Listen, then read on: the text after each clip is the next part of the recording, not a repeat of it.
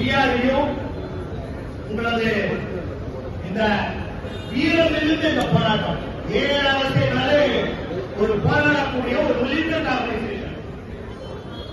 ஏழாவது என்பதும் ஐஸ்மா என்பதும் பிஆர்ஐ அதை எப்படி பார்க்கணும், ஐஸ்மாவும் ஏழாவதையும் இரண்டு கண்களாக தான் பார்க்கணும். கேட்டகிரி அமைப்புகள் உருவான காரணமே பெடரேஷன்கள் கேட்டகிரி தொழிலாளர்களுடைய கோரிக்கைகளை நிராகரித்ததால் தான் கேட்டகிரி அமைப்புகள் பலமான அமைப்புகளாக ஏழாவது எப்படி எல்லா தோல்வியும் நீங்க அமைஞ்சிருக்கோம். ஒரு லேசான விஷயம் இல்லையே, நீ எல்லா தோல்வியும் ஏழாவது இருக்குல்ல, ஏழாவது தோல்வி கிடையாதுல்ல, இதுல லேசான விஷயமா? ஒரு பெடரேஷன் ஈக்குவலாக ஒரு அந்தஸ்தை இந்த ஏழாவது இந்தியா முழுவதும் தர வைத்திருக்கிறது. எப்படி? உங்களது வீரம் சேர்ந்த போராட்டம். இந்த போராட்டத்தினால்தான் ஏழாவது நிற்கிறது. இளம் தொழிலாளர்கள் உள்ளே வந்த பிறகு அவர்கள் இங்கே நிற்கிறார்கள், துணிந்து நிற்கிறார்கள். நான் வந்த காரணம் அதுதான்.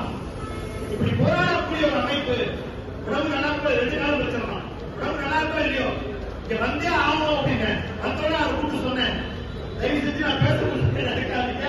எங்க அமைப்பு சார்பா பேசுறாங்க. ஒரு கூட்டு போராட்டத்தை ஒரு யூனிட் ஒரு புத்தகமா பேச முடியும். அவன் பேசினாங்க, அது போதுங்க யூனியன் அப்படின்னு அவர் சொன்னேன். நான் வந்து ஆதரிக்கிறேன். இந்த எம்எம்சி பல்வேறு போராட்டங்களை நடத்தி ஒரு வெற்றி கண்ட இடம் இந்த எம்எம்சி. இங்க எம்எம்சி போராட்டத்தை துவக்கணும்னா அது வெற்றிலாம் உங்களை புரிஞ்சுட்டீங்க, அது தோல்வி கிடையாது. அனுபவம் சிஸ்டார் விடாம பாருங்க, அது எதிர்த்திக்கலாம் பள்ளிகள் மத்திய பள்ளிகளுக்கு வேண்டுகோள் கொடுத்து நம்ம போராட்டம் நடத்தணும். பிரம்மாண்டமான போராட்டம். 12 ரயில்வே நிர்வாகம் சிஸ்டரால் ரத்து பண்ணக்கூடிய நிலைமை என்பது ஏற்பட்டது. இந்த எம்எம்சி A1 சிட்டி வேணுவதற்காக டிஆர்ஏ போராட்டம் அது மதிக்கல. பெடரேஷன்லயே இருக்கல. என்னுடைய மூத்த தோழை இளமவன் அந்த கோரிக்கை பெடரேஷன் வச்சாலே A1 கேளுங்களா என்று டிஆர்ஏ வைத்ததில்லாமல் அவர்களையும் பேச வைத்தவர் அந்த தோழை இளமவன். டிஆர்ஏ போராட்டம் அந்த A1 சிட்டியில் நம்ம ஜெயிச்சோம்.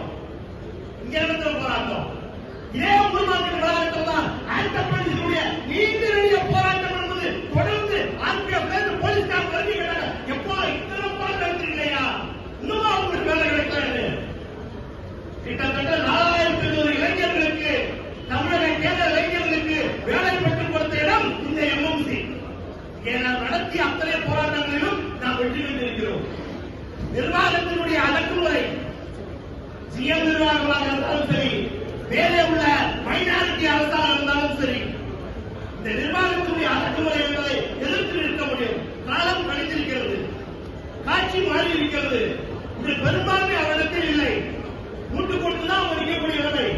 ஒரு அளவுக்கு மீறி அரசால் பழிவாங்களை நோக்கி செல்ல இயலாது. பெரும்பான்மையாக இருக்கும் பொழுது இந்த அரசை பணிய வைத்தவர்கள் விவசாயிகளும் தமிழக மக்களுடைய ஜல்லிக்கட்டு போராட்டம் என்பதை நான் மறக்கவில்லை. ஆக நம்முடைய போராட்டம் தொடரட்டும்.